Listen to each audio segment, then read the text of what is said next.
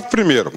As sanções serão aplicadas fundamentalmente, né? Ou seja, as sanções. Professor, quais as sanções? É que nós acabamos de ver.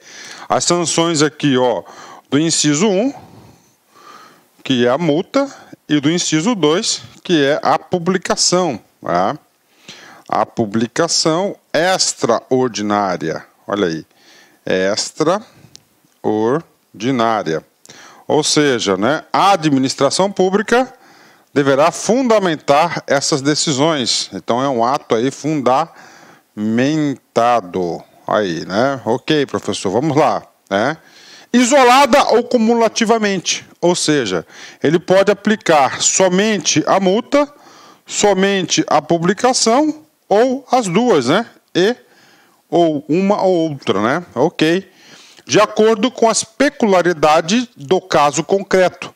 Ou seja, a autoridade vai ter que analisar caso a caso, né? E com a gravidade da natureza das infrações. Então, ele vai ter que analisar todo esse contexto para aplicar essa sanção administrativa. Nós temos multa ou publicação extraordinária. Importante nesse texto aqui que é o seguinte: serão aplicadas fundamentalmente, né, isolada ou cumulativamente, tá?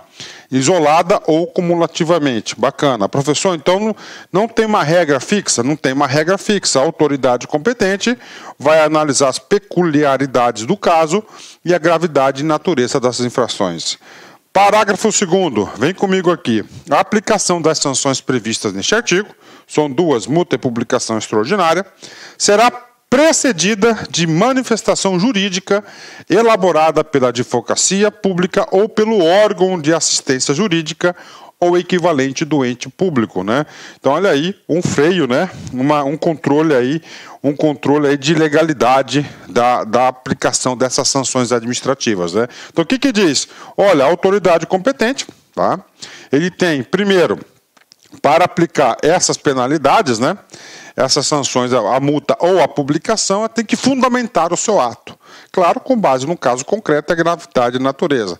E diz mais o legislador, olha, você vai ter que ter o quê? Uma manifestação, ou seja, um parecer da advocacia pública ou órgão de assistência jurídica, ou seja, Procuradoria-Geral do Estado, Procuradoria-Geral do Município e assim por diante. Então tem que ter uma manifestação técnica da aplicação dessa sanção, vai ter que ter um parecer. Muito bom isso, né? Ok, parágrafo 3º, vem comigo. A aplicação das sanções previstas neste artigo não exclui em qualquer hipótese, olha só que o legislador deixou claro, em qualquer hipótese, a obrigação de obrigação de reparação integral do dano causado, né? Ou seja, né? Então são duas coisas distintas aqui, né? Ou seja, ele vai ver, olha só, administrativamente, né?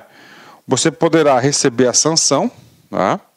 A sanção, que são duas sanções que poderão ser aplicadas de forma isolada ou cumulativamente, que é a multa, né? A multa, ou a publicação, ok, professor, fechou, né? Só para você ter aí, e a reparação do dano. Tá? Ou seja, o examinador pode querer confundir você, dizendo que o cara já foi multado em 20% do seu faturamento bruto, né? E aí, professor? E aí não vai ser excluído, não vai se esquivar aí da reparação integral do dano causado. São dois processos diferentes, né? Fechou. Vamos lá, continuando aqui, né? Parágrafo 4º. Na hipótese do inciso 1. Professor, qual que é a hipótese do inciso 1 do artigo 6º? É a multa, né? Trouxe parâmetros para a multa. Olha só. Caso não seja possível utilizar o critério do faturamento bruto da pessoa jurídica, a multa será de R$ 6.000 a R$ 60 milhões, né? Olha aí um parâmetro aí subsidiário, né? Se não for possível você utilizar o critério do faturamento, então ele estipulou aí a multa de 6 mil a 60 milhões de reais.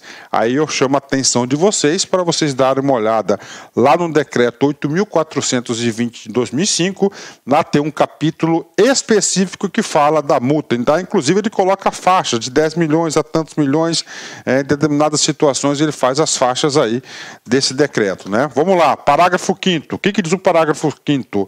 O parágrafo 5º traz o quê? Os parâmetros da publicação extraordinária. Essa publicação extraordinária, eu digo para vocês que aí eu me considero um operador do direito administrativo, ela é única, né?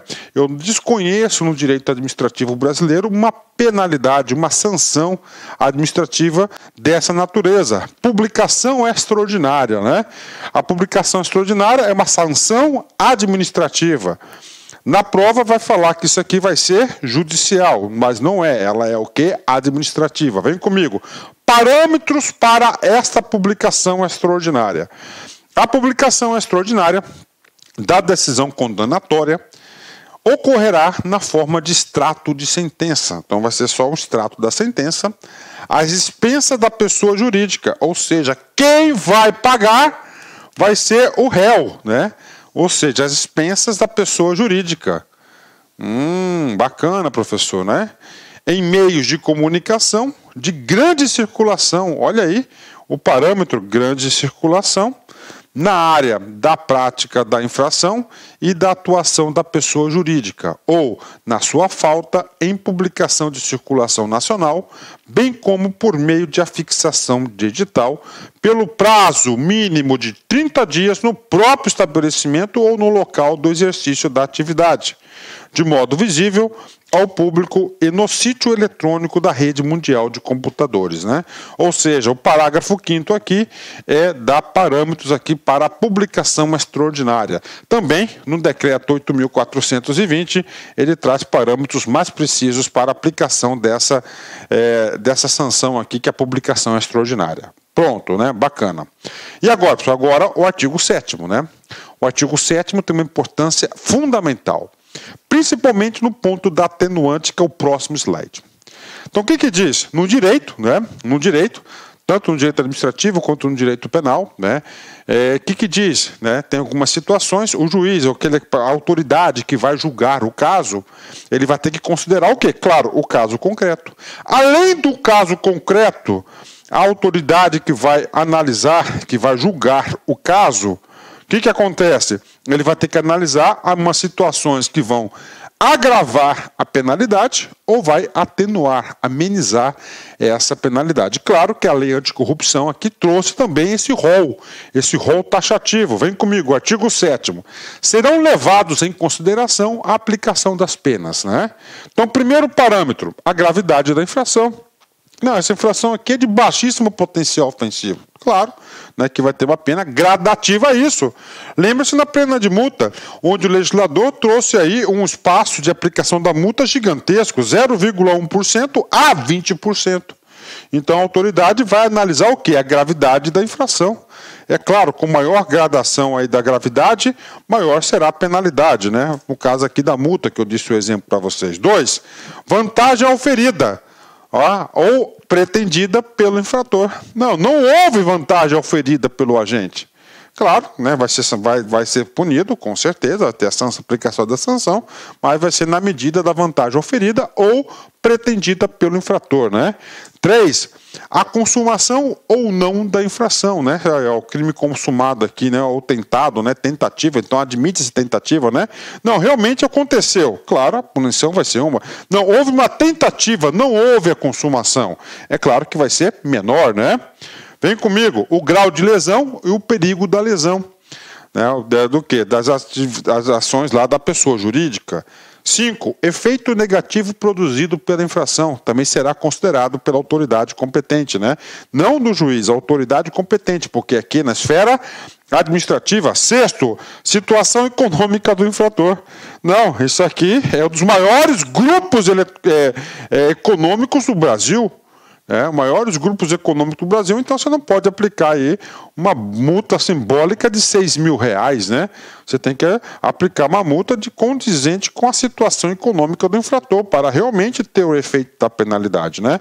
E agora, pessoal, eu vou pular do inciso 6º para o inciso 9. Por quê, professor? Porque o 6º e o 7º eu vou falar no slide seguinte, muito importante para a nossa interpretação. 9.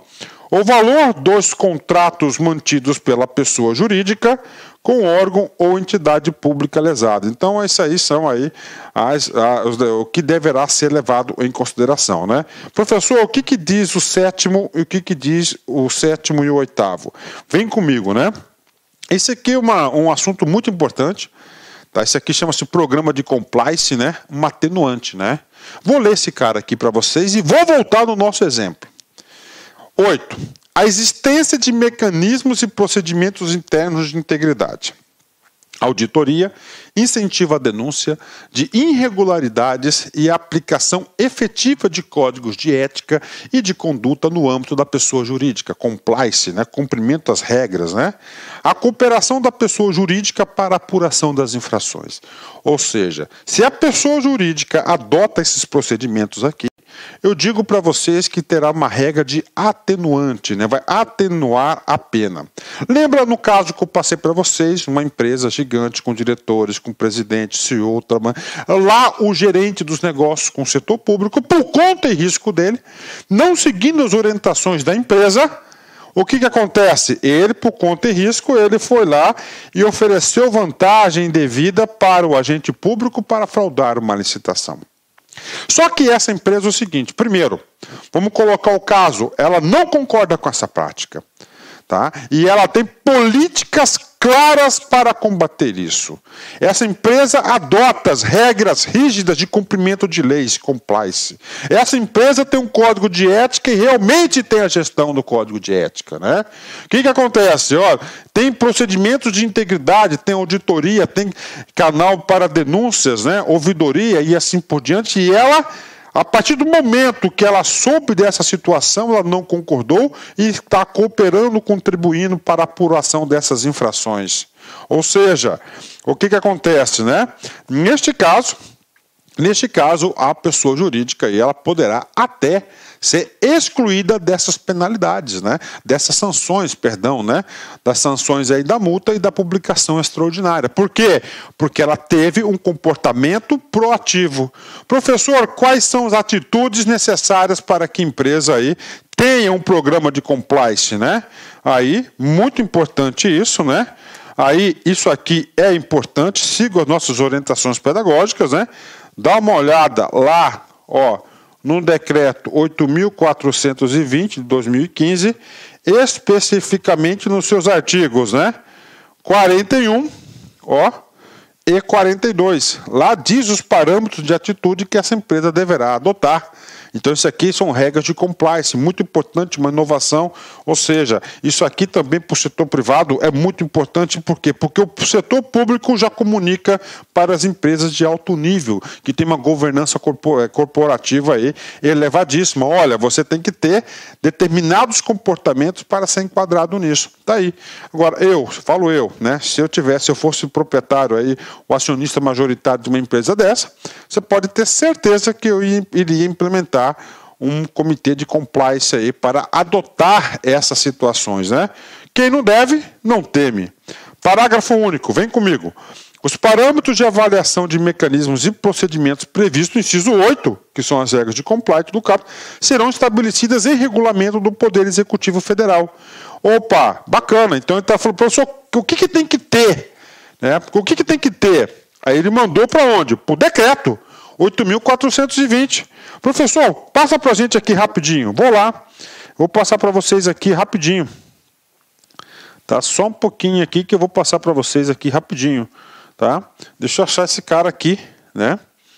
Deixa eu achar esse cara aqui para vocês aqui. Vou fazer uma leitura. Estou achando aqui, né?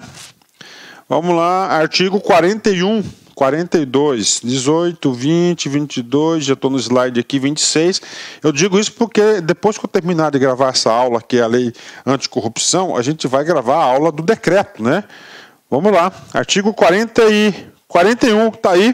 Estou no 42. Olha só o que a empresa tem que ter para se enquadrar nesse programa, né? Comprometimento da alta direção da pessoa jurídica, incluídos os conselhos, evidenciando o apoio visível e inequívoco ao programa. Padrões de conduta, código de ética, políticas de procedimentos de integridade, aplicáveis a todos os empregados e administradores, independentemente de cargo, função exercidos, padrões de conduta, código de ética, políticas de integridade estendidas, quando necessário, a terceiros, tais como os fornecedores, prestadores de serviços, agentes intermediários, associados, né?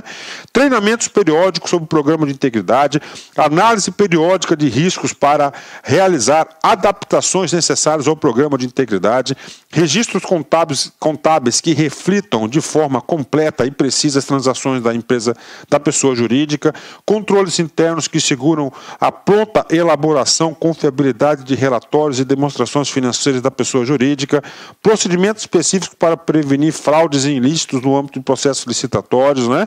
Independência da estrutura de instância interna, canais de denúncia, medidas disciplinares, em caso de violação do programa de integridade, ou seja, são diversas aqui atitudes, são 16 itens na qual a empresa deverá ter, tá? E estou lendo o quê? O artigo 42, são 42, são 16 comportamentos, atitudes que a empresa tem que ter para se enquadrar nesse inciso que vai ser uma atenuante à pessoa jurídica. Bacana? Ótimo, né? Então tá aí para vocês, né? Professor, estamos estudando o quê? O capítulo 3º. O capítulo 3º fala da responsabilização administrativa. Na responsabilização administrativa, ele diz respeito a duas sanções: multa e a publicação extraordinária.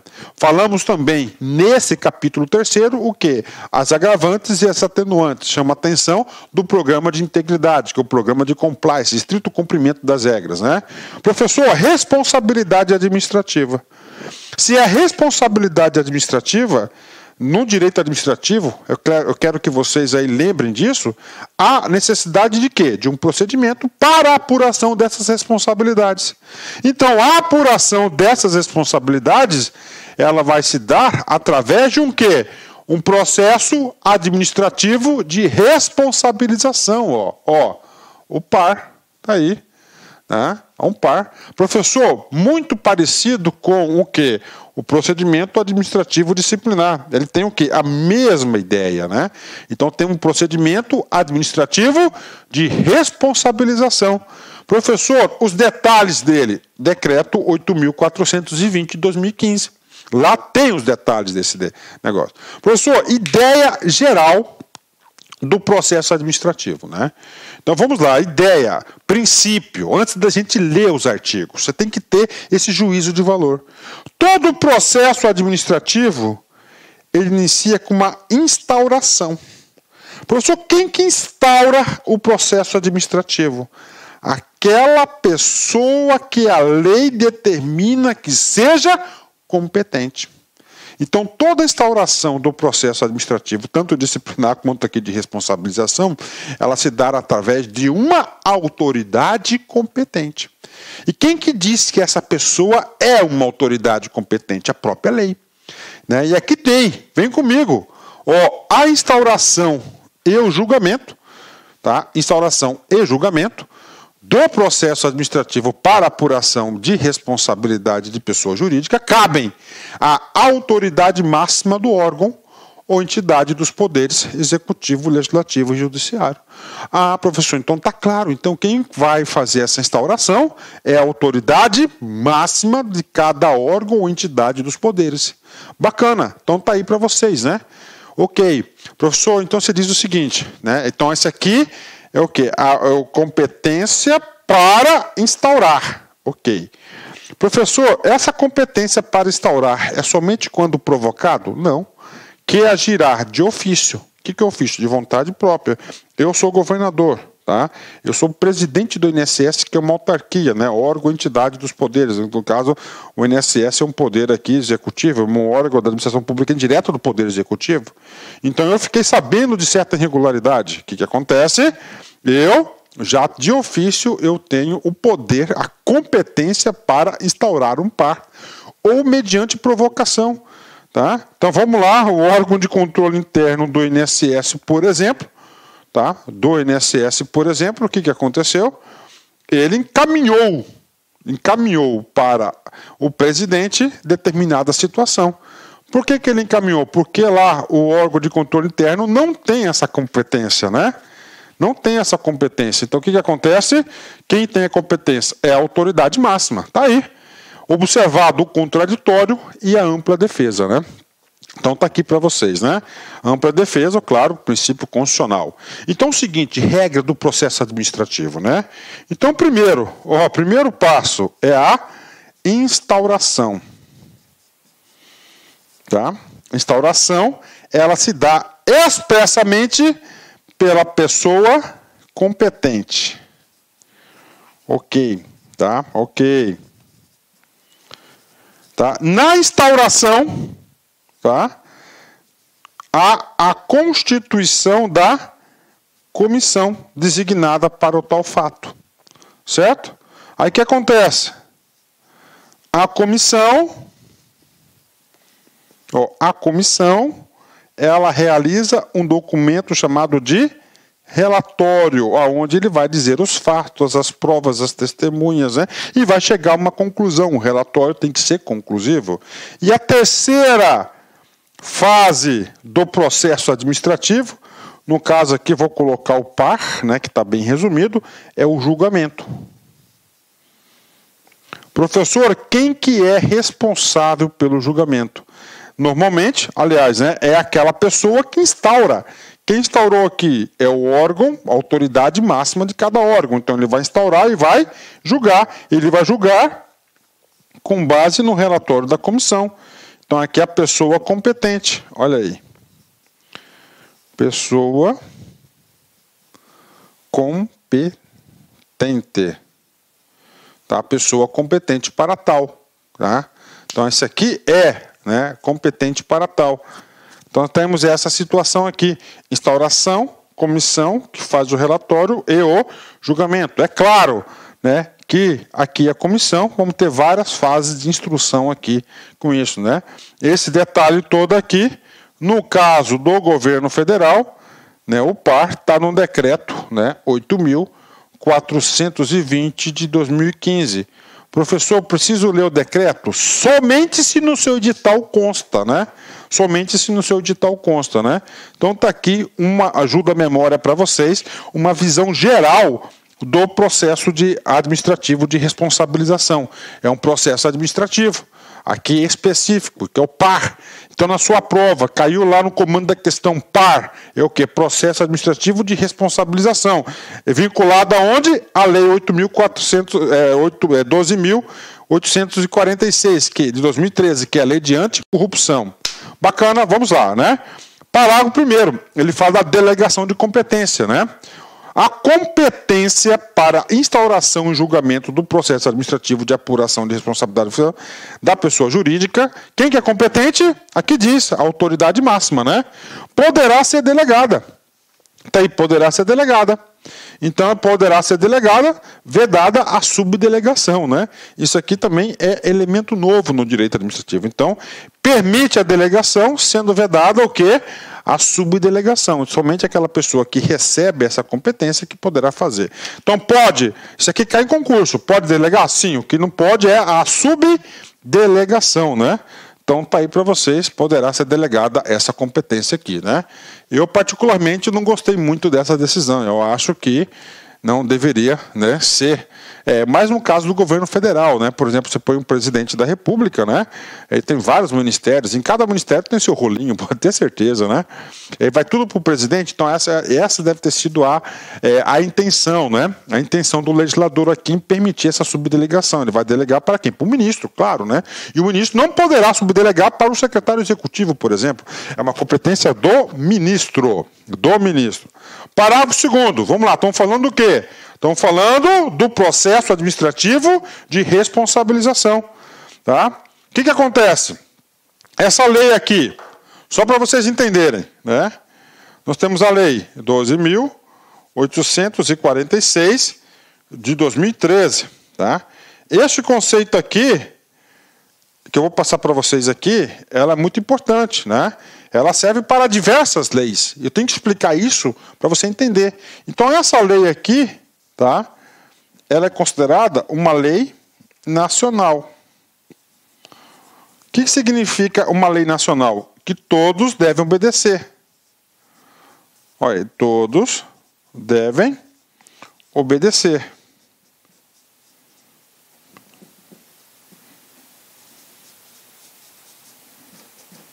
Quem são todos aqui? A União, Estados e os municípios. Cada um desses aqui tem o executivo, o legislativo e o judiciário, né? Aqui também, aqui só tem 2 municípios, né? Professor, o que é lei federal?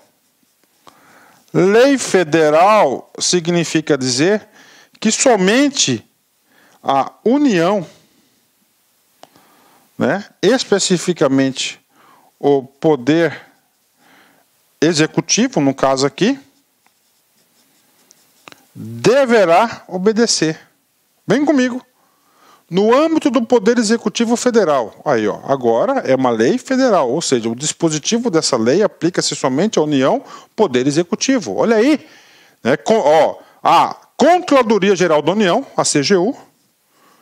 Aí, então, a CGU, né, então a lei atribuiu, no caso, né, da União, Poder Executivo, quais competências? A competência concorrente. Olha aí, a competência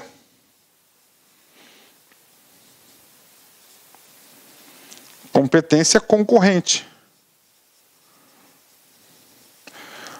Competência concorrente para quem? Instaurar processos administrativos de responsabilização. Professor, no caput deste artigo foi claro. Nós estamos tratando do capítulo que fala do processo administrativo de responsabilização. Lá ele falou, a competência para instaurar e julgar é da autoridade máxima do órgão. Tá aí. Aí lá no parágrafo 1º ele fala, estão colocando aqui do âmbito federal. Então o presidente da República está lá, então ele tem essa competência que a lei assim atribuiu para ele no caput desse artigo. Bingo, tá aí, ok. O presidente da República ele vai ele delegar, por exemplo, para os seus ministros de Estado.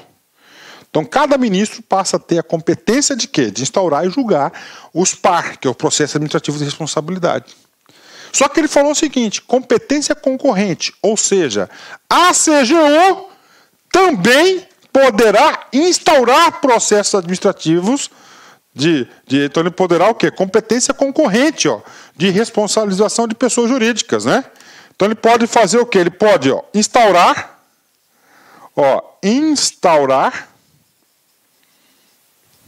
instaurar, ele poderá avocar, né? Como assim avocar, professor? O ministro do Meio Ambiente, ele instaurou um PAR. Pode, porque ele recebeu a delegação de quem? Recebeu a delegação do presidente da República, está lá em ato específico, né? Aí o que aconteceu com ele? Ele instaurou, só que ele não deu prosseguimento. Ou seja, avocar a CGU, por força desse dispositivo, pode trazer esse PAR para o âmbito da CGU, para a CGU conduzir. E a CGU aqui poderá, além disso, avocar os processos instaurados com fundamento desta lei para o exame de sua regularidade ou para corrigir. Então ele pode avocar, né? Ele pode avocar, tá? Ele pode avocar. Essa avocar aqui, ele pode inclusive, avocar, né? Pode instaurar, pode avocar e pode corrigir. Aí. Ele pode corrigir leis, né? Tá aí. Então tá aí para vocês, né? Então esse aqui é a CGU. Ah, professor, e no Estado aqui? No Estado, com certeza vai ter um instrumento interno, uma lei, um decreto, que vai determinar qual vai ser esse órgão que vai ter o quê? A competência concorrente. Então aqui é a competência concorrente da CGU. Só vale no caso da União. Tá? Professor, como é que vai cair na prova? O cara vai colocar no caput esse artigo para vocês e vai falar no Estado de Mato Grosso, no Estado de São Paulo, no Estado da Bahia, do Rio Grande do Sul, né, no Distrito Federal, por exemplo. Qualquer um desses vai falar o seguinte, a CGU tem a competência concorrente para avocar os processos administrativos de responsabilização Distrito Federal. Não pode. Não pode. Ah, e da Bahia? Também não pode. De São Paulo? Não pode. Porque a competência concorrente é somente para o governo federal, no Poder Executivo Federal. Tá? Então, aqui é o exercício de uma lei federal, né? Específica. É claro que cada ente desse vai ter o quê? Vai ter seu instrumento normativo determinando qual que vai ser o órgão aí que vai exercer essa competência concorrente, né? Normalmente vai ser o quê? Vai ser os órgãos de controle interno, né? Os órgãos de controle interno que vai ter essa competência concorrente. Bacana? Então, expliquei aqui o parágrafo 2º, né? Parágrafo 3º, artigo 9º, né? Artigo 9º, aqui já não é um caso de competência concorrente e também não é um caso também de lei federal. Aqui é um caso de lei nacional. Olha só, lá no começo da lei, a gente viu da administração pública, né? Brasileira e estrangeira. Né? E estrangeira. De quem é que é a competência para apurar, não é isso? E julgar os ilícitos da administração pública estrangeira, CGU, competem à Controladoria Geral da União, CGU, a apuração e o processo e julgamento. Olha aí, apuração, processo e julgamento dos atos ilícitos previstos em lei, praticados contra a administração pública estrangeira. A gente tem um conceito lá atrás, lá no começo da aula, o que vem a ser administração pública estrangeira. Observado o disposto no artigo 4º da Convenção do Combate à Corrupção dos Funcionários Públicos Estrangeiros em Transações Comerciais Internacionais, promulgada pelo Decreto 3.678, de 30 de novembro de 2000, né? Um decreto aí de chancela de um tratado internacional. Então, quem que é a CGU. Professor, como que esse assunto pode ser cobrado em prova? Vamos lá, meu querido estado do Mato Grosso, né? Uma empresa brasileira, 100% capital brasileiro, nacional, tá certo? O que ela fez? Ela fez um contrato com a administração pública do Paraguai. Ou seja, a administração pública estrangeira. E ela lá no Paraguai, e a gente vai explicar no final da aula, isso é um conceito de extraterritorialidade, né? Ela aprontou, né? E aí, professor? Aprontou, né? Ela aprontou. Quem que vai apurar o processo? Quem que vai julgar? Vai ser a CGU. Ah, professor, mas no estado do Mato Grosso não seria a Controladoria Geral do Estado de Mato Grosso? Negativo, porque o legislador, no seu artigo 9º, atribuiu essa competência expressamente para quem? A Controladoria Geral da União, a CGU. Bacana? Entenderam? Então, assim que pode ser cobrado na prova, se cair na prova este assunto, eu digo para vocês que menos de 1% dos alunos irão conseguir acertar. Agora vocês entenderam aqui o papel da CGU. Então vem comigo. Então a CGU aqui, só para a gente terminar o papel da CGU do controle interno. Ela tem a competência originária de quê? A competência originária de apurar os processos de julgamento da administração pública estrangeira, tá? Independentemente do estado ou se é nacional, de estado, do município, não interessa, né? E a CGU, ela tem também a competência concorrente, né?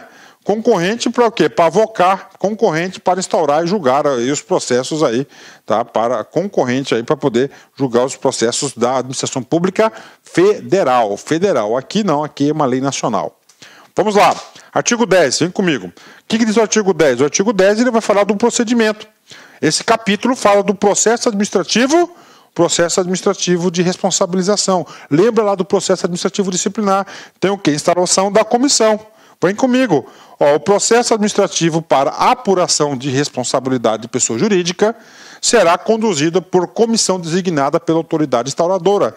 Ou seja, aquela autoridade que instaura, ao mesmo tempo ele já consigna a comissão que vai conduzir os processos. O que a lei diz?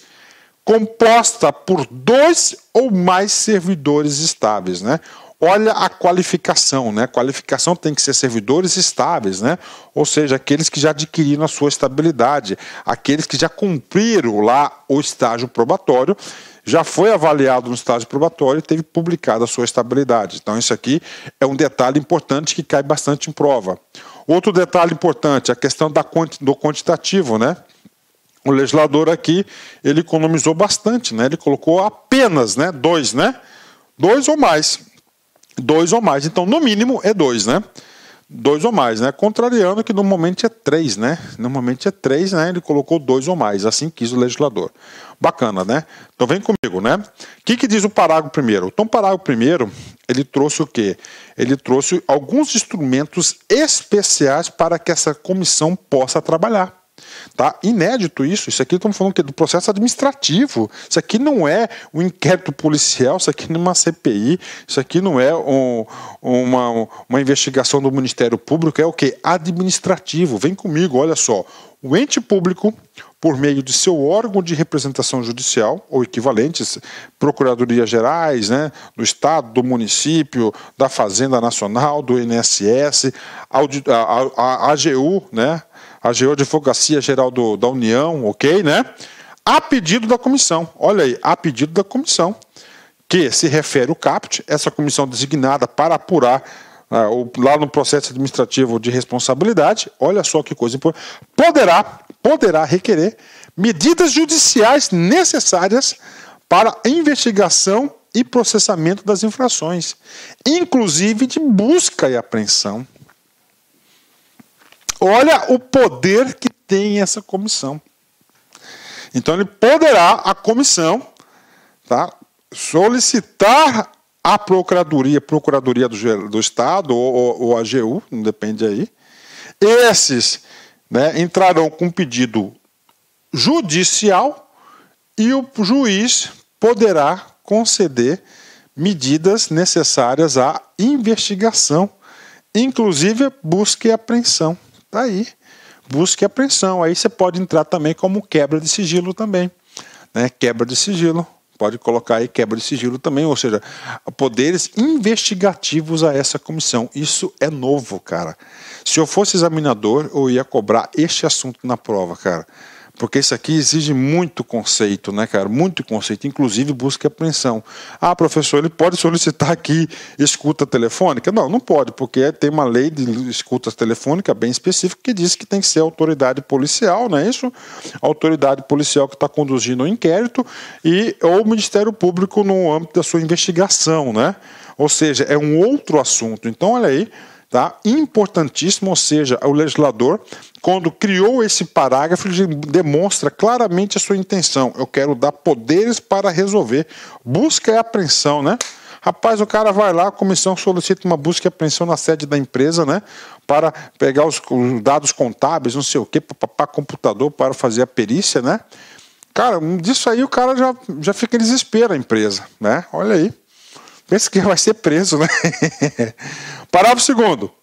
A comissão poderá, olha só, outro instrumento que a legislação deu à comissão, cautelarmente, uma medida cautelar, propor à autoridade instauradora que suspenda os efeitos do ato ou processo do objeto da investigação.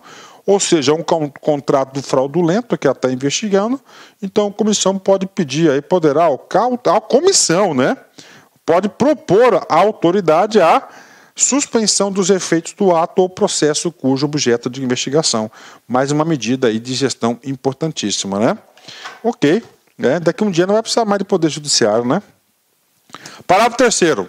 O parágrafo 3º diz no prazo. O prazo que essa comissão deverá concluir os trabalhos. A comissão deverá concluir o processo no prazo de 180 dias contados da data da publicação do ato que a instituir e, ao final, apresentar relatórios. Olha aí, o relatório final, né? Olha aí. O relatório final, claro, tem que ser conclusivo para todas essas questões aí. Sobre os fatos apurados e eventual responsabilidade da pessoa jurídica. Ele vai ter um relatório e, no final, ele vai ter que ser conclusivo. Há ou não responsabilidade da pessoa jurídica. Se tem, vai sugerir a forma motivada as sanções a serem aplicadas, né? Recordando, quais as sanções aqui? Multa, né? Ou, né, pode ser isolada ou cumulativamente, o que? A publicação extraordinária. Aí. Tá? Tá aí. Pronto para vocês, né? Bingo, né? Tá aí. Ok, né? Isso aqui no processo de quê? De apuração de responsabilidade. Ok. O prazo previsto para o terceiro, que é 180 dias, poderá ser prorrogado mediante o fundamento da autoridade instauradora. Então ele pode autorizar. Eu achei aqui um pecado aqui, que ele falou que pode ser prorrogado, deixou aberto. Ele não diz aí se pode ser prorrogado por uma única vez ou pode ser prorrogado por igual prazo, né? Ele deixou em aberto aí para que o decreto fale sobre isso, né? Lembrando que cada estado tem um decreto, então eu estou evitando até falar um pouco do decreto, né? Porque pode ser que você está estudando para o concurso estadual, né? Então você tem que tomar cuidado em relação a isso, né? Vem comigo, artigo 11, né? Estamos falando o quê? Do processo administrativo de responsabilização. Então você tem lá a fase, né? O que a gente já falou o quê? Da instauração. Instauração, você tem que saber a pessoa competente para instaurar. Normalmente a pessoa que instaura, ela julga, ok. Falamos da competência concorrente da CGU, no caso do processo executivo, Poder Executivo Federal, tá? Aí o seguinte, aí você tem a instrução do processo que é feita aonde? Na comissão. Falamos da comissão, né? Então o que acontece? Nesse processo, você vai ter que ouvir a defesa. Defesa de quem? Da pessoa jurídica em questão. Então o artigo 11 fala dessa defesa. No processo administrativo para apuração de responsabilidade, será concedido à pessoa jurídica prazo de 30 dias para a defesa. Aí tem 30 dias para se defender, contados a partir da intimação, né? Em caso aqui teria que ser citação, né? Ele está sendo citado, né? Que está respondendo, né? Não intimado para os demais atos processuais, né? Então, contados a partir da intimação, tem 30 dias, né? Artigo 12, vem comigo. O processo administrativo com o relatório da comissão será remetido à autoridade instauradora, né? Na forma do artigo 10, para o julgamento. Ou seja, o artigo 12 trata de quem vai julgar. Professor, quem que vai julgar? Quem vai julgar vai ser a autoridade que instaurou o processo administrativo, né? Então tá aí, ele que vai fazer o quê? Ele que vai fazer o devido julgamento desse processo aí, né? Com base no relatório da comissão, vai ser remetido, né? Vamos lá, continuando, né? Artigo 13, falando ainda do par. A instauração de processo administrativo específico de reparação integral do dano não prejudica a aplicação imediata das sanções estabelecidas nessa lei, né? E aí, professor, o que diz isso aqui, né? O que fala, cara? Isso aqui é questão de interpretação, ó. A instauração de processo administrativo, ó, então nós temos aqui, quando ele fala aqui, ó, instauração, né? Tá? Vamos colocar aqui, processo administrativo de responsabilização. Aí ele fala, específico, para quê?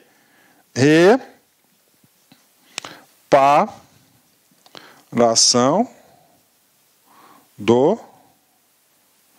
dano. Tá? Aí ele fala, dano integral, ok, não prejudica a aplicação imediata das sanções. Ou seja, então aqui, ó, você vai ter o quê? Um segundo par. A possibilidade de segundo par. Esse segundo par aqui é para aplicações das sanções. Multa e publicação. Então, o efeito do artigo 13, no meu modesta interpretação, significa dizer que o ente público poderá fazer um processo apartado para falar da reparação do dano, tá? E um outro processo apartado para a aplicação das sanções previstas no artigo 6º, inciso 1 ou 2.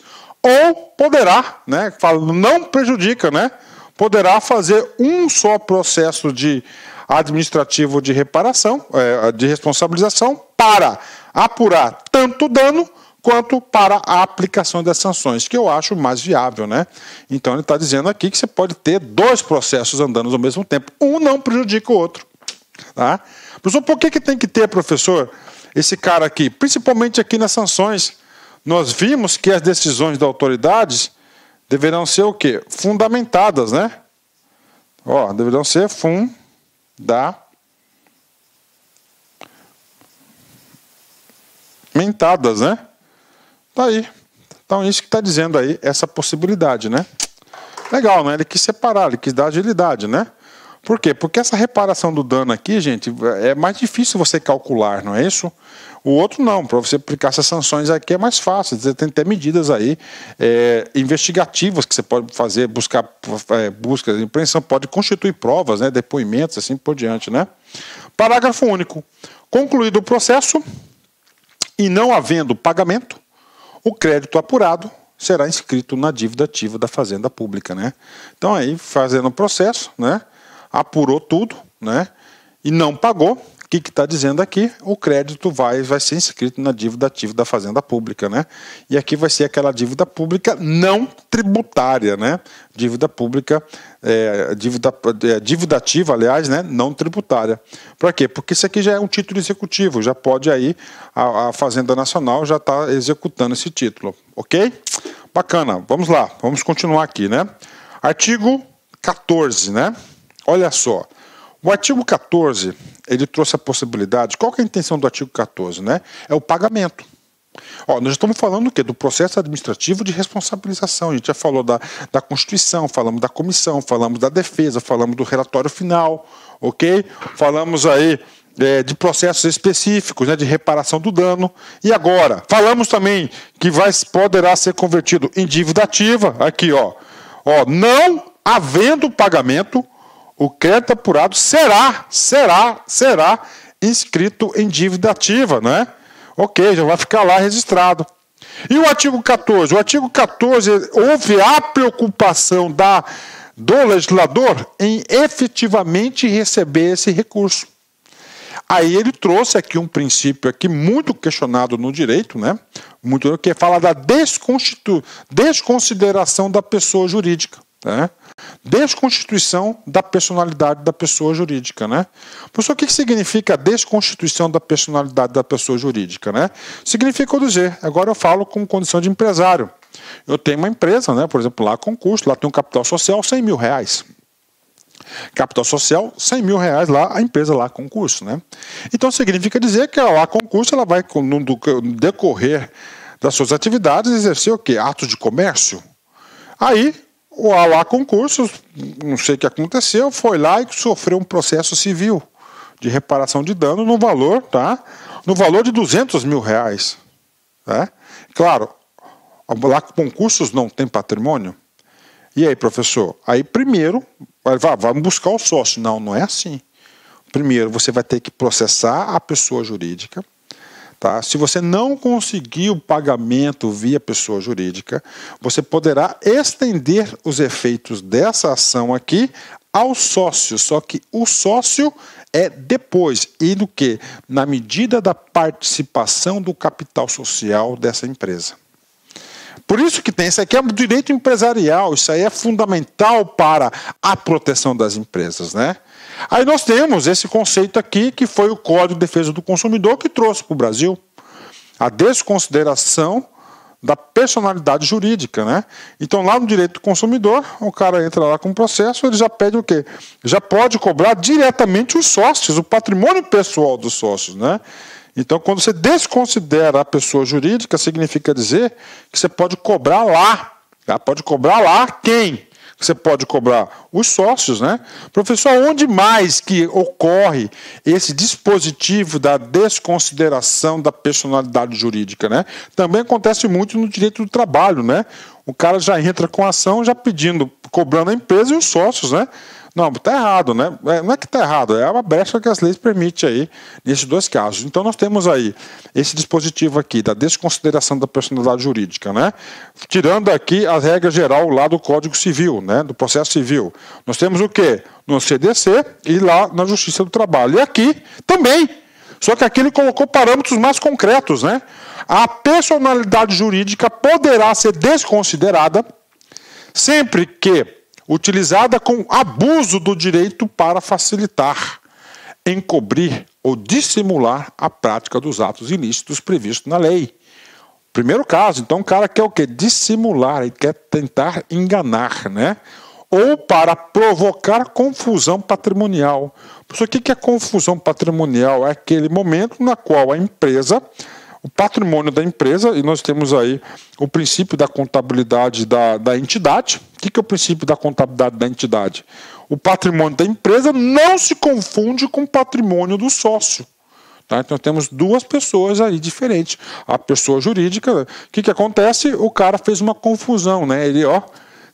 Ele utiliza, né, do vice-versa, confusão. Então, no caso de confusão, poderá ser solicitado o quê? A desconsideração da personalidade jurídica. Sendo estendido todos os efeitos das sanções aplicadas à pessoa jurídica aos seus administradores, olha aí, aos seus administradores, sócios com poderes de administração, observados o contraditório e a ampla defesa. Então, olha aí o princípio da despersonalização da pessoa jurídica, né? Aí eu tenho que fazer aqui um elogio ao legislador, né? Ele falou, não vai ser como lá no consumidor, que qualquer coisa já está desconsiderando a personalidade jurídica, né? Não pode, cara, não é assim, né? Lá é direto, entendeu? Lá é diferente, lá é outro Brasil, lá, né? Aqui não, falou, olha, o Brasil tem que aprender a respeitar as empresas, cara. Eu digo isso para vocês, tem que aprender a respeitar as empresas, né? Então o que ele fala? Eu vou desconsiderar em 2 casos. Você agiu de má fé. Tá aí. Para quê? Para dissimular lá a prática. Ok, aí nesse caso, ok. Ou você utiliza da confusão, você não está cumprindo as regras contábeis, está confundindo o patrimônio da pessoa física com a pessoa jurídica. Neste caso, vai ser desconsiderada a natureza jurídica e, claro, na desconsideração, você pega os sócios aí, administradores, né? Os administradores da empresa, aqueles que têm poder dos atos de negócio, e mais os sócios administradores pela empresa. Bacana? Vamos lá, artigo 15, né? O que acontece? O último dispositivo, né? Aqui cria uma obrigação para a comissão designada para apurar o par. Tá? Uma obrigação, um dever. Uma obrigação para a comissão.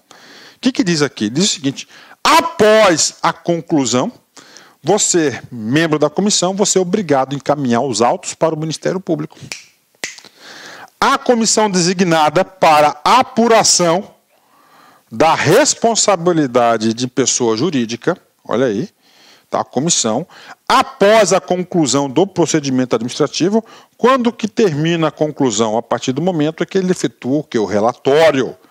Dará conhecimento, olha o verbo dará, não é poderá, dará, ele é obrigado a fazer isso, ao Ministério Público de sua existência para apuração de eventuais delitos. Então encaminha para o Ministério Público, para o Ministério Público aí providenciar aí a devida ação aí, a devida ação judicial do caso concreto, né?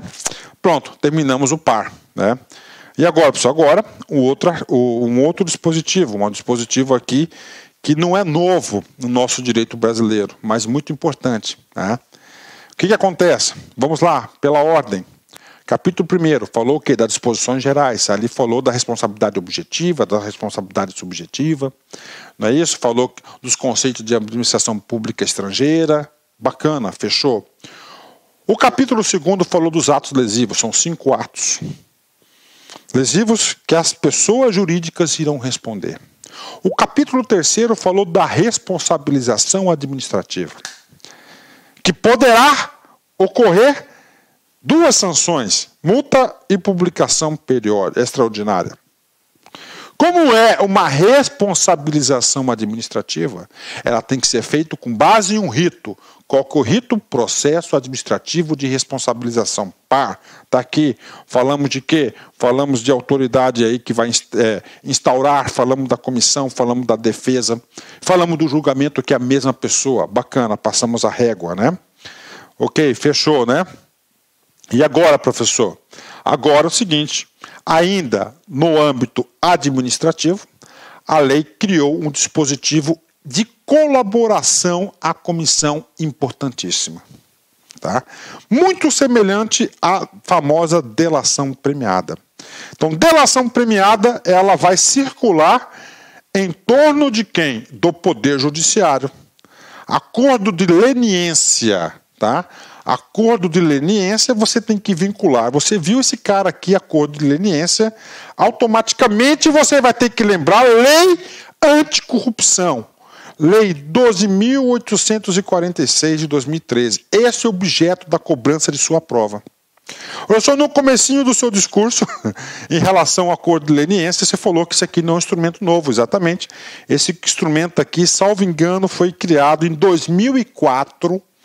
Tá? Então, esse dispositivo foi criado em 2004, lá na lei antitrust, né? Lei antitrust, que é lá do mercado financeiro, tá certo?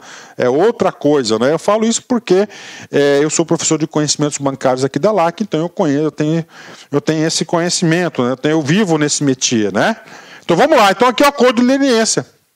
Tá? Então o acordo de leniência, ela vem o quê? Seguir os moldes do quê? Da delação premiada. Qual que é o objetivo, professor? Contribuir com a apuração dos fatos, tá? Com a apuração dos fatos. Então, aqui é o acordo de leniência. Lembre-se, delação premiada, né?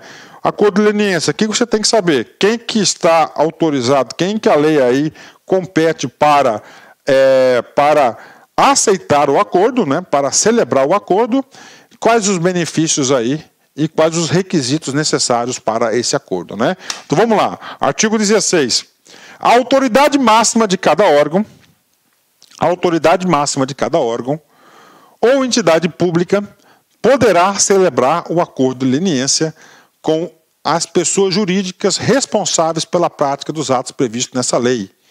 Ok, então parou. Então, quem que tem competência para celebrar? Sempre a autoridade máxima de cada órgão, seguindo lá o conceito do processo administrativo disciplinar. Ok, professor, ele vai celebrar esse acordo, né? A quem? As pessoas jurídicas que colaborem efetivamente com as investigações. Então, aí. Com as investigações e o processo administrativo, sendo que esta colaboração resulte. Então, ele vai colaborar, né? Processo de investigação, né? Um processo de investigação. O que acontece? A gente vai ler isso lá no decreto, né?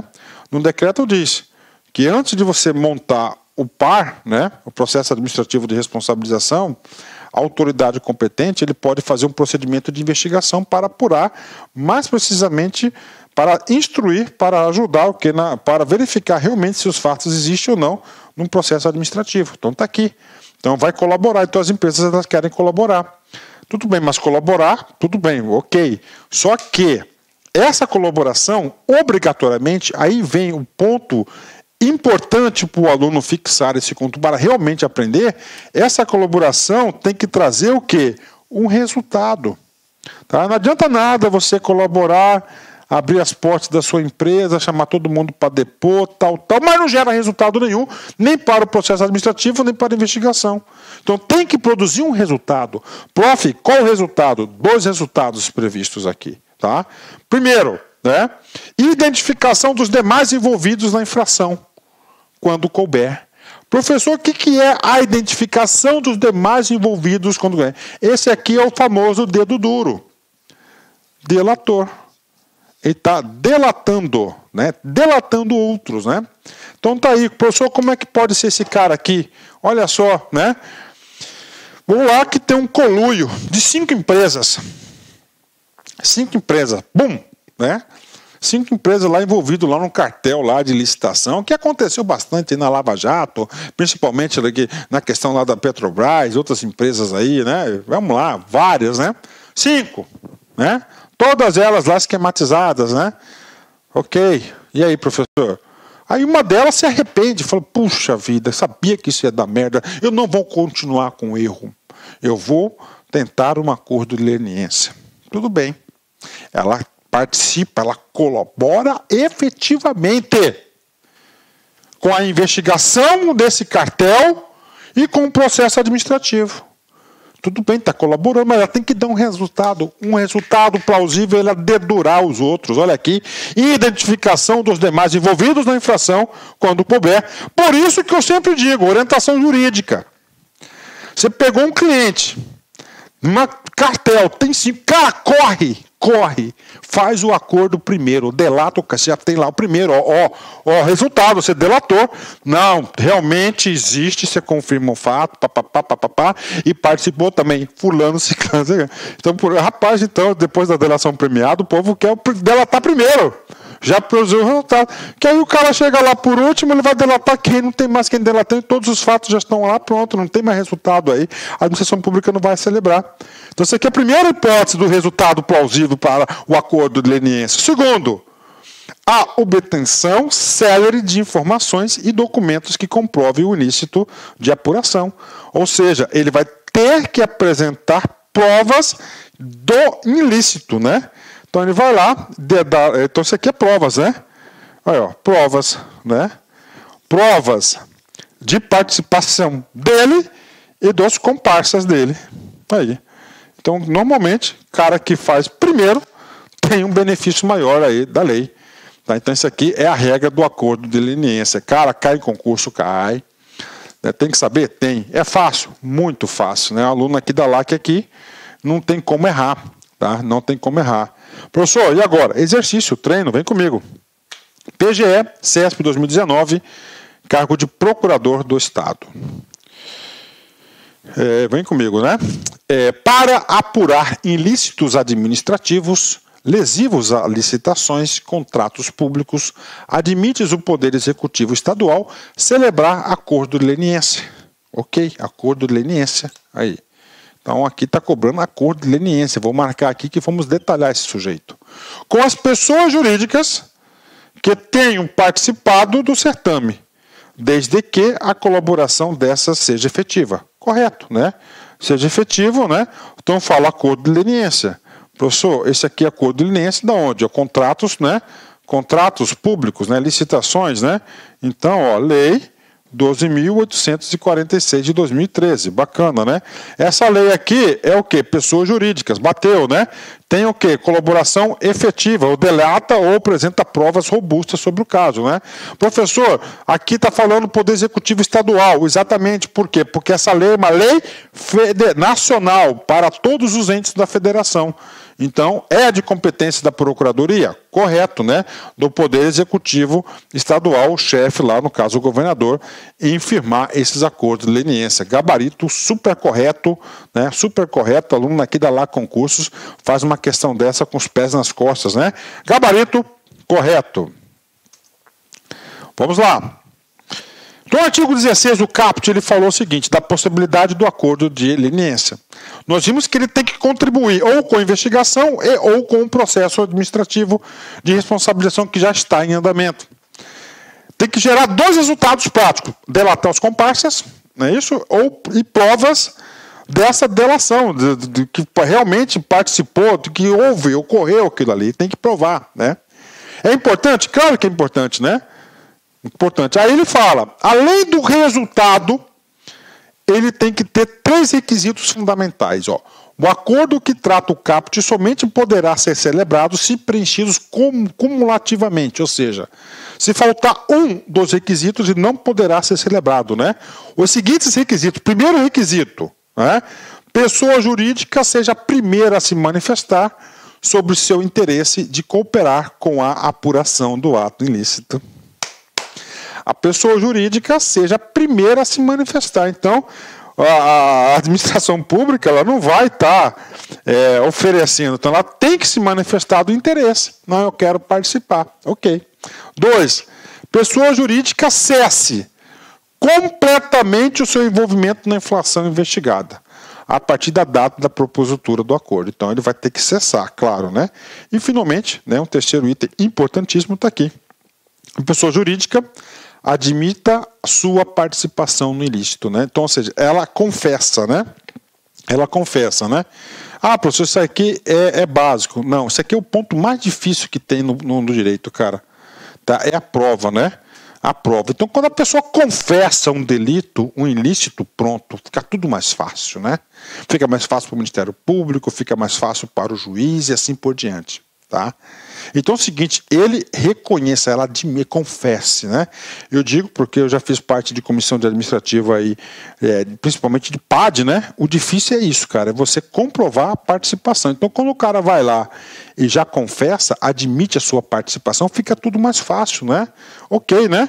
E coopere plena e permanentemente com as investigações e o processo administrativo, comparecendo sob suas dispensas, sempre que solicitada a todos os atos processuais até o seu encerramento. Então, esses aqui são os requisitos para ele solicitar aí o acordo de leniência, né? Então, acordo de leniência. Pô, professor, bacana, estou vendo aí, né? Mas, professor, o que eu vou ganhar com isso? Eu estou confessando a minha culpa. Eu estou dedurando meus comparsas. Eu não estou mais logrando êxito. Né? Primeiro que você vai contribuir com a justiça, né? Ok? Né? Principalmente a justiça divina, né? Para quem não acredita nisso, é essa que realmente vale. Mas a lei, ela tem que dar um incentivo para isso. Tá? Ela tem que dar um incentivo. Professor, qual que é o incentivo que trouxe? Foi aqui agora o parágrafo 2º, que são os benefícios.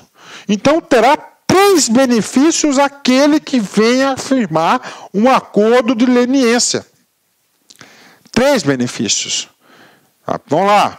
A celebração do acordo de leniência isentará a pessoa jurídica das sanções previstas no inciso 2. Professor, qual que é esse inciso 2?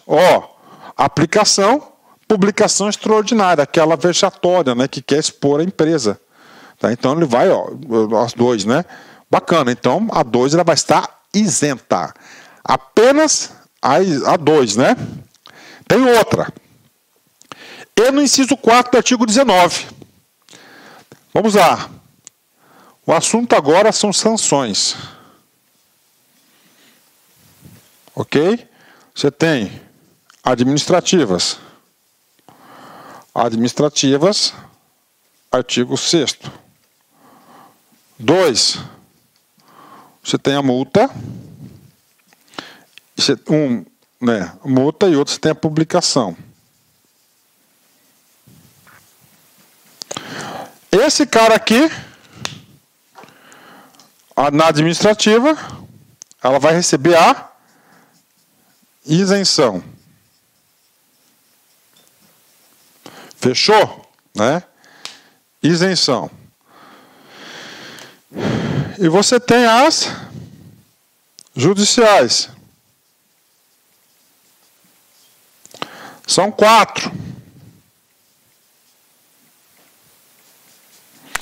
Perdimento dos bens.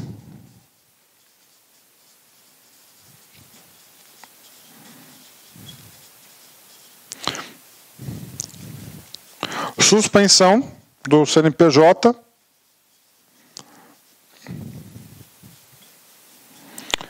Você tem cancelamento do CNPJ,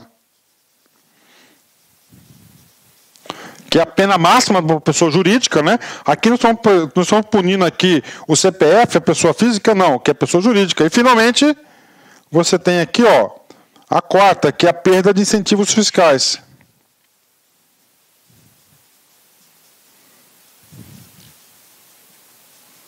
Então aqui são as sanções. Tá? Tudo isso, mais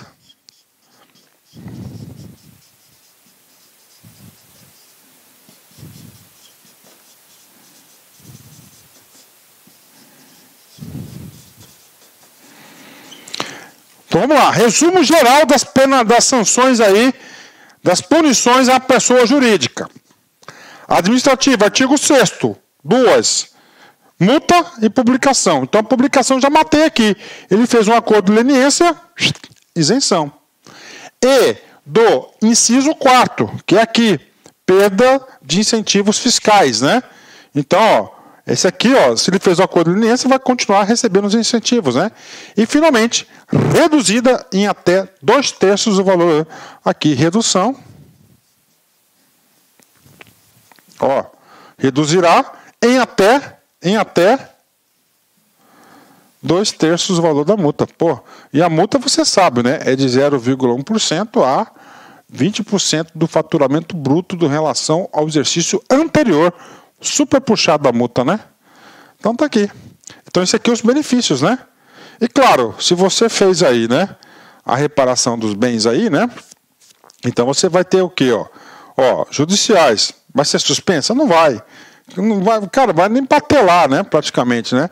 E agora é o seguinte, no acordo de leniência, a gente vai falar já no parágrafo 3º, não exime o cara de fazer a reparação do dano, né? Sobre esse assunto, eu tenho que fazer comentários práticos, efetivos, que já aconteceram no Brasil, né? Eu não vou falar o nome das empresas aí, né? Eu já vi empresas aí, claro, da construção civil aí, que estavam envolvidas na Operação Lava Jato, né? Que eles firmaram acordo de R$1 bilhão, né? Foi lá, assumiu a culpa, dedou todo mundo, apresentou as provas, tudo isso administrativamente, claro, né? E aí o seguinte, reparou o dano, né? Pagou a multa e o acordo, o valor total do acordo foi de R$1 bilhão, né? Tá aí. Mas os caras iam chegar nisso aí, né? Então esse aqui é o benefício. E aí, professor, vale a pena? Claro que vale a pena, né? Claro que vale a pena porque aí, ó, as empresas poderiam ter o seu CNPJ cancelado, né? Aí o cancelamento. Claro que é judicial, o artigo 19 é lá do judicial, que vai ser o próximo capítulo que nós iremos estudar na esfera judicial.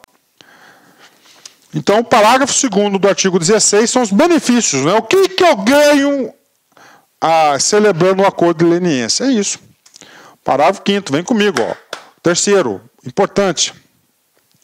O acordo de leniência não exime a pessoa jurídica da obrigação de reparar integralmente o dano causado. Então, são 3 coisas aqui. A lei anticorrupção.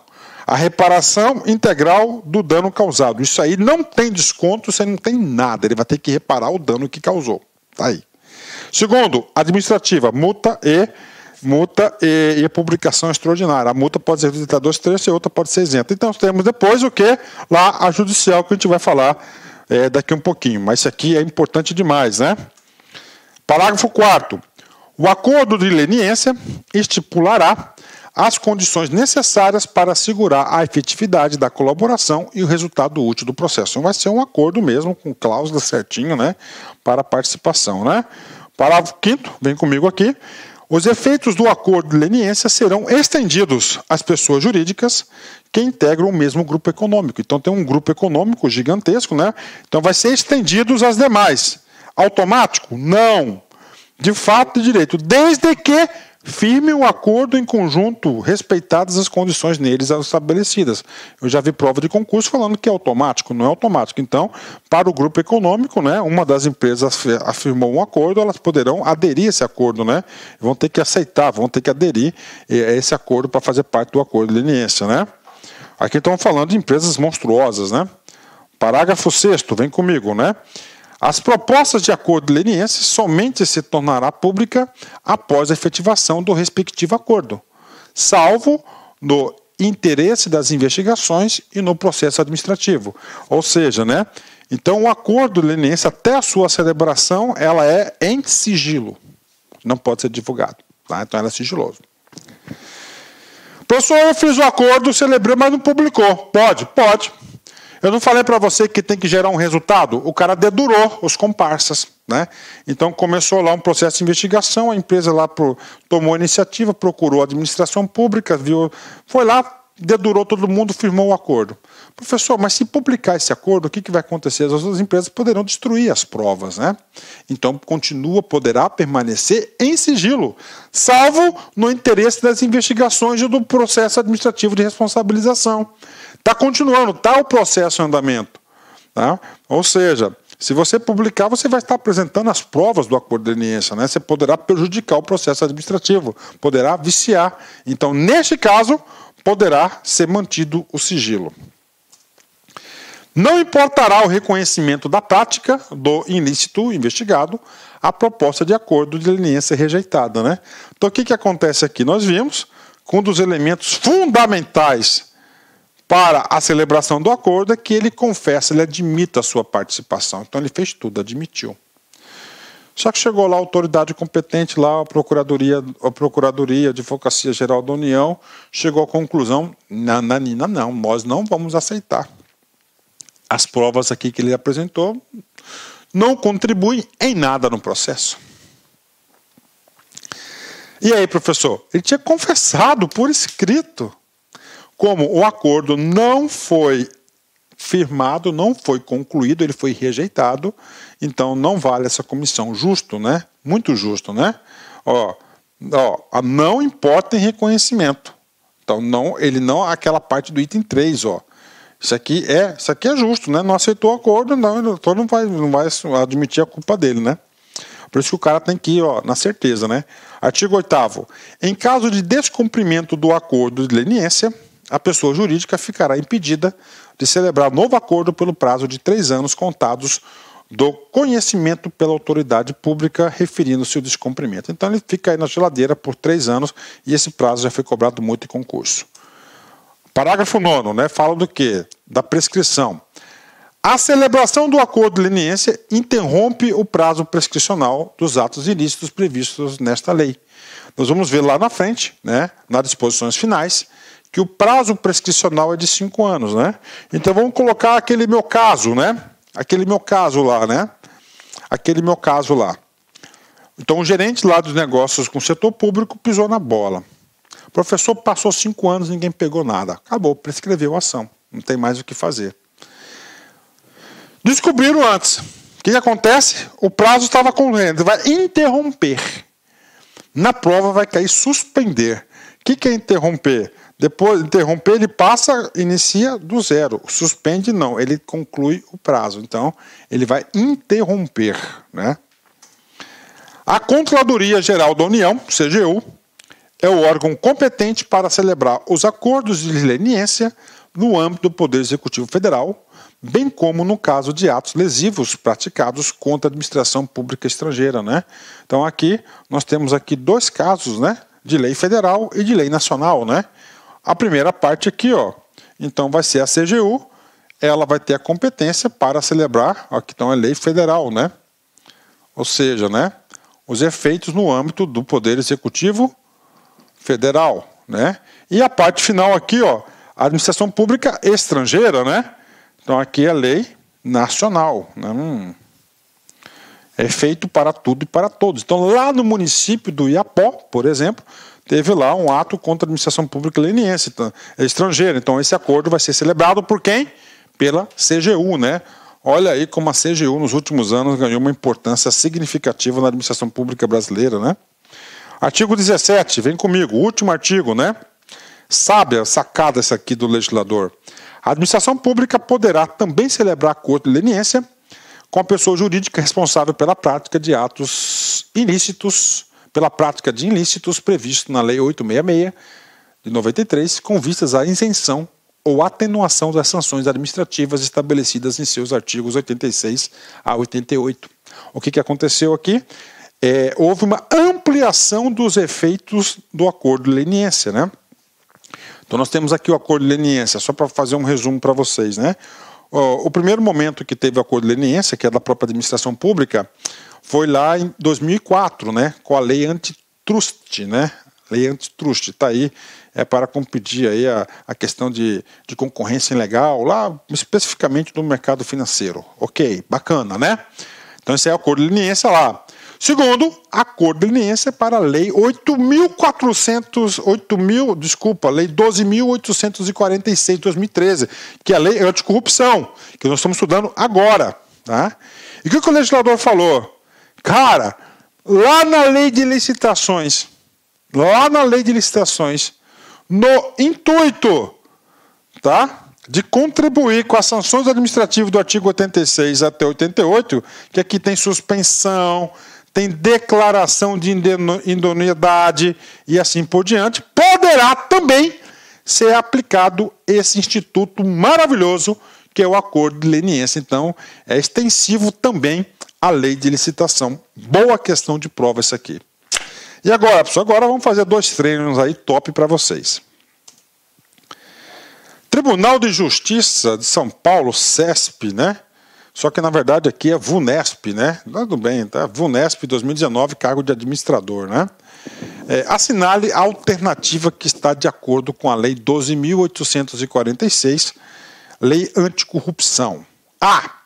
O processo administrativo para apuração da responsabilidade de pessoa jurídica será conduzido por comissão designada pela autoridade competente, pela autoridade instauradora, composta por 2 ou mais servidores estáveis, né? E aí, professor, exatamente, né? Esse cara aqui é o que diz aí o parágrafo 1º, se não me engano, artigo 16 da lei, né? Então, correto, já chegamos aqui à conclusão, né? B. no processo administrativo para apuração de responsabilidade, ou seja, né, lá no PAR, né, ok, será concedido à pessoa jurídica o prazo de 15 dias para a defesa. Errado. Qual que é o prazo? 30 dias, né? Não tem como não acertar, cara. C. O acordo de leniência exime a pessoa jurídica, tá certo? A jurídica da obrigação de reparar integralmente o dano. Não, tá errado. Nós vimos, né, que são 3 tipos de punição, né? Primeiro, a reparação do dano, as sanções administrativas e as sanções judiciais, né? Então, a reparação do dano, em qualquer momento, ela sempre deverá ocorrer sem nenhum desconto, né? Então, está errada. Vamos comigo aqui. D. Em caso de descumprimento de acordo de leniência, a pessoa jurídica ficará impedida de celebrar novo acordo no prazo de 5 anos. Negativo, né? No prazo de 3 anos, né? Ok. Letra E. A competência para instauração e o julgamento do processo administrativo, competência, né, de apuração de responsabilidade de pessoa jurídica, não poderá ser delegada? Está errado. Ela poderá ser delegada, ela não pode ser o quê? Subdelegada. Ou seja, uma questão aí que foi Ctrl+C, Ctrl+V da lei, e com certeza o aluno que fez o nosso curso acertou todas essas questões aqui com o famoso pés nas costas, né? Então, gabarito correto, gabarito letra A. PGA Amapá FCC 2019, cargo de procurador. Então, vamos lá comigo, né?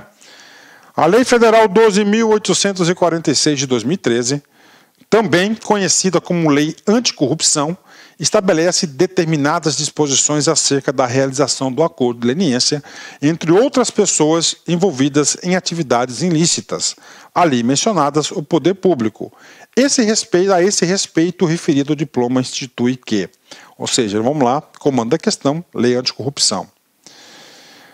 A pessoa jurídica que celebrar o acordo ficará inteiramente isenta das penalidades instituídas na referida lei, mantendo-se, todavia, as sanções que tenham sido aplicadas na legislação referentes à lei de licitações e contratações públicas. Falso, né? Por que está falso, professor? Porque é o seguinte, quando ele faz um acordo de leniência, né, ele vai ter 3 benefícios. Primeiro, a isenção da publicação extraordinária. Segundo, ele vai ter o quê? A isenção lá do artigo 19, inciso 4º, que é lá judicial, que vai ser o quê? A perda de incentivos. Ele vai continuar com seus incentivos. E, finalmente, uma redução de até 2/3 da multa. Então, não é inteiramente isenta, né? É parcialmente isenta de alguns pontos, 3 pontos especificamente, né? Letra B. Para celebrar o acordo de leniência, é requisito prévio a reparação integral do dano causado pela pessoa jurídica proponente. Essa letra B é uma letra B muito interessante. Aquele aluno que estudou de forma superficial foi na letra B. Com certeza, né? O que acontece? Uma coisa é uma coisa, outra coisa é outra coisa. Puxa, professor, você explicou tudo, hein? O que acontece? Nós temos aqui um procedimento específico para a reparação do dano, tá? Então, o legislador, ele não colocou essa possibilidade expressamente, né? Ela não colocou essa possibilidade, não colocou. O requisito aqui são apenas 3, né? Tá? Ele assumir que fez, ele cessar e ele ter a iniciativa inicial. São 3 requisitos apenas, né? Então, está errada essa questão nesse sentido aqui, né? C. Os efeitos do acordo de leniência serão automaticamente estendidos às pessoas jurídicas que integram o mesmo grupo? Não. Eles terão que fazer o quê? Eles vão ter que aderir, né, ao acordo aceitando as cláusulas. Então está errado, não é automaticamente. Letra D. Rejeição da proposta de acordo de leniência implicará no reconhecimento tácito. Não é tácito, é no não reconhecimento, né, do ato ilícito permitindo a aplicação imediata. Está errado, né? Senão ele podia fazer o quê? Uma pegadinha, né? Uma pegadinha. Letra E. Em caso de descumprimento do acordo de leniência, a pessoa jurídica ficará impedida de celebrar novo acordo com prazo de 3 anos. Ok. Contados do conhecimento verdadeiro. Essa questão aqui, ó. Então ele colocou Ctrl+C e Ctrl+V. Então o gabarito correto desse exercício aqui é a letra E. É a letra E. Bacana, gabarito, letra E, né? E agora, professor, Vamos fazer o seguinte, já passei de 1 hora aí, 1h20 aí dessa parte da aula. Vamos fazer o seguinte, vamos dar uma paradinha para o café e na volta a gente retorna para terminar a lei 12.846. Já retorno.